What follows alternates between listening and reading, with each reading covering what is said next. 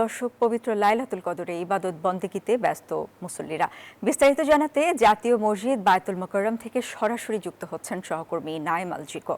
জিকো, মসজিদে মুসল্লিদের উপস্থিতি কেমন দেখছেন? বলছিলেন যে আজকে পবিত্র শবে কদরের রাত এবং ধর্মপ্রাণ মুসল্লিরা কিন্তু আল্লাহর সান্নিধ্য আশায় আল্লাহর সান্নিধ্য লাভের জন্য কিন্তু এই দিনটিতে প্রার্থনা করেন এবং তারই অংশ হিসেবে কিন্তু আজকেও আমি এই মুহূর্তে রয়েছে বায়তুল মোকাররম জাতীয় মসজিদে এবং এখানেও কিন্তু আমরা লক্ষ্য করছি যে সন্ধ্যার পর থেকেই মুসল্লি যারা রয়েছেন ধর্মপ্রাণ মুসল্লিরা তারা কিন্তু এখানে আসতে শুরু করেছেন।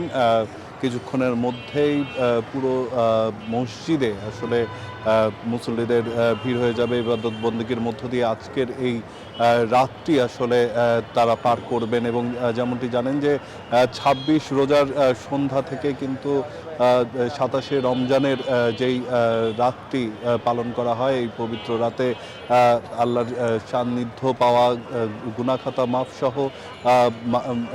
ধর্মপ্রাণ মুসল্লিরা কিন্তু ইবাদত বন্দেগীতে হলো 4টি রাত হলো পার করেন এবং আগামীকাল ভোরে ফজরের নামাজের পরেই কিন্তু এখান থেকে বাসা ফিরবেন। তো দেশের শান্তি প্রার্থনা করছেন এখানে আসা ধর্মপ্রাণ মুসল্লিরা।